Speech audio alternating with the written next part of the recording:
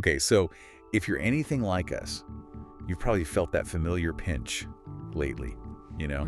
Rising rent, groceries costing more, and then those mysterious subscriptions that just kind of pop up. Oh, yeah. It's a lot to manage, isn't it? Yeah. So the real question is, how do we actually get a grip on it all? Well, that's exactly where modern budgeting apps come in, really. They're not just, digital spreadsheets like we used to think. Right. These are actually pretty powerful, intuitive tools. They're designed to fundamentally transform your financial habits, give you clarity and control.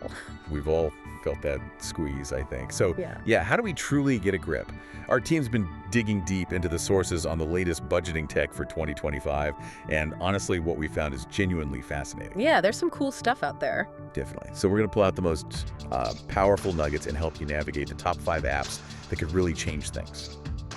Okay, let's unpack this. And when we talk about these financial pain points, it's not just the big stuff, like, say, student loans looming over you. It's also those subtle drains, like that random meditation app you tried, maybe once, back in 2023. I think I did that. And you're still paying, what, $7.99 a month for it? Or just the sheer volume of general life expenses that pile up without you really noticing. Our sources, they actually highlight that the average person is subscribed to at least 3 services they've completely forgotten about. Wow, 3. Yeah, that's often over $30 a month, just silently vanishing. That's exactly it. And this is really where these modern budgeting apps shine. They're automated, they're intuitive, they sync up smoothly with your bank accounts, track your spending habits, and give you those real-time insights. They're basically designed to give you concrete examples like, hey, look, you're spending $200 a month on takeout. Yeah. Makes those hidden costs sort of impossible to ignore. It really flips the script from feeling, overwhelmed to being truly aware of where the money's going. That's what always got me, those hidden costs. It's insidious. So these apps aren't just tracking, they're like revealing the financial ghosts in your account. That's a good way to put it, yeah. Financial ghosts. It's like having a money coach right there in your pocket. Yeah. Honestly, once you use a good one, it's really hard to imagine going back to manually tracking everything on a spreadsheet or something. Totally agree. It's a different world. Yeah. This is where it gets really interesting as we dive into the top 5 budget apps that our sources say actually work. Okay, let's kick things off with one that our sources consistently call a fan favorite and the subscription killer, Rocket Money. Rocket Money, yeah. Its main thing is brilliant, really scans all your recurring payments, finds them for you, and lets you cancel stuff with just a simple tap. And what's truly fascinating here, I think, is how Rocket Money isn't just about trimming the fat, saving money here and there. Our sources really point out how its automated bill negotiation feature uniquely flips the power dynamic.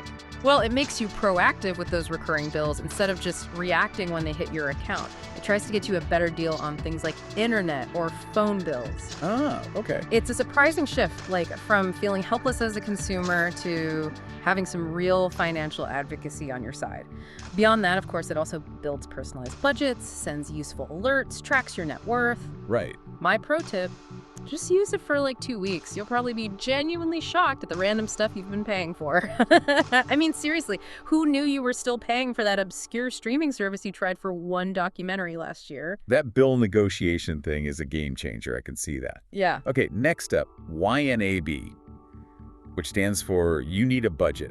Yes, a classic. This one's definitely for those who are, let's say, control freaks, but in a good way. Yeah, that's fair. Its core philosophy is zero-based budgeting. So every single dollar you have gets assigned a specific job. No dollar left behind. It's true. YMA is exceptional. If you really want to be super intentional with every single dollar, it's not free, that's true. Right, there's a cost. There is. But the mindset it helps you build is, well, it can be truly transformative for people. And what's also invaluable, I think, is their extensive educational content. They don't just hand you a tool and say, good luck. They really teach you how to truly budget, how to think about money differently. It goes way beyond just tracking expenses. That zero-based budgeting. Yeah. It sounds powerful for being intentional, but what's the biggest, mental hurdle people usually face when they try to adopt that mindset, and how does YMB help them get over it? Yeah, that's a great question. The biggest hurdle is usually shifting from just tracking where money went to proactively assigning where it will go. It can feel restrictive at first, maybe like you're micromanaging yourself. Right, I can see that. But YNAB's educational stuff, the clear tutorials, the supportive community they have, it really guides you through that mental shift. It helps you see it less as restriction and more as giving yourself permission to spend guilt-free because you know every dollar is accounted for. Okay, that makes sense. Permission to spend. I like that. So that deep dive into YNAB's philosophy shows how hands-on some tools are. But what if you're looking beyond just daily budgeting? Maybe something more comprehensive, like long-term wealth planning. Right.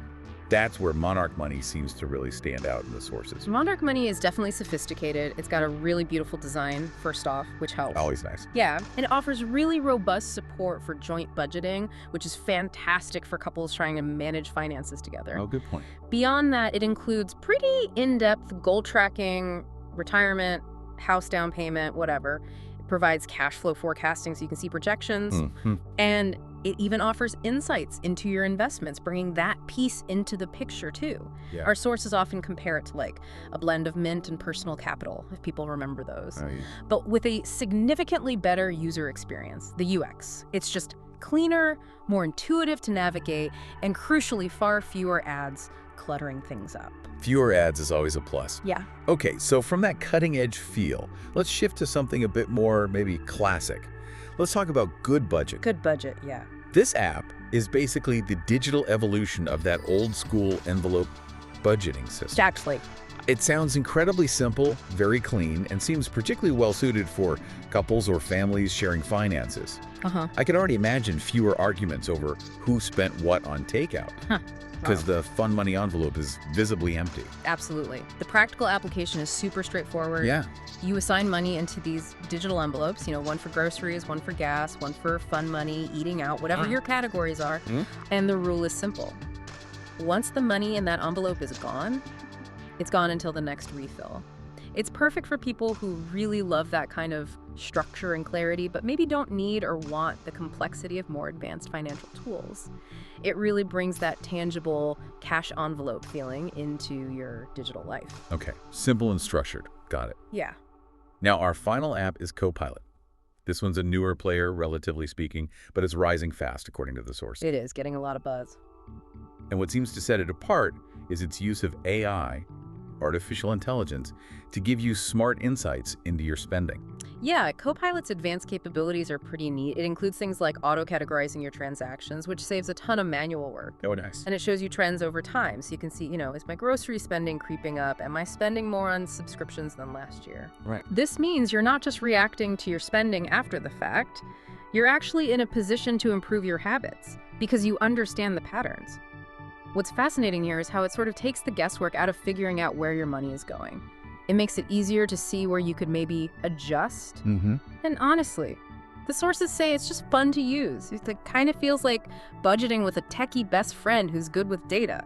That auto-categorization does sound amazing, especially if you're busy. But does relying so much on AI ever make people less mindful of their spending? Because the app is doing all the heavy lifting.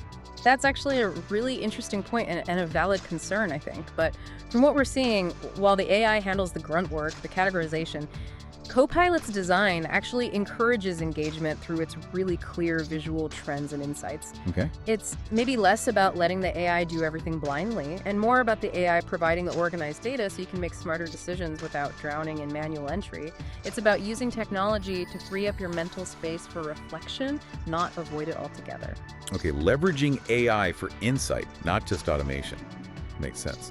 So wow, we've explored some really powerful tools here. Now, the big question for everyone listening, how do you pick the right one for you? Yeah, the million-dollar question. It really seems to come down to asking yourself a few key things, right? Like, do I want full hands-on control, or do I prefer more automation? Am I budgeting just for myself, solo, or am I doing this with a partner? Do I need really comprehensive goal tracking and investment stuff, or am I just looking for simple spending limits right now? Exactly. And this raises an important question, or maybe just a key point. Yeah. Ultimately, the best budget app is the one you'll actually use. Right. Consistency. Exactly. Don't get overwhelmed by all the choices. Maybe start small. Pick one that sounds like a good fit from our list today. Test it out for a week, see how it feels, and then build from there. Consistency is absolutely key because even the most amazing feature-packed app won't do a thing if it just sits there unopened on your phone. So true. Okay, well, this deep dive has hopefully offered you, our listener, a real shortcut to understanding some truly powerful tools that can make a real difference in managing your money, maybe transforming that feeling of financial struggle into one of genuine control. Yeah, absolutely. So what does this all mean for you listening right now? Here's a little challenge if you're up for it.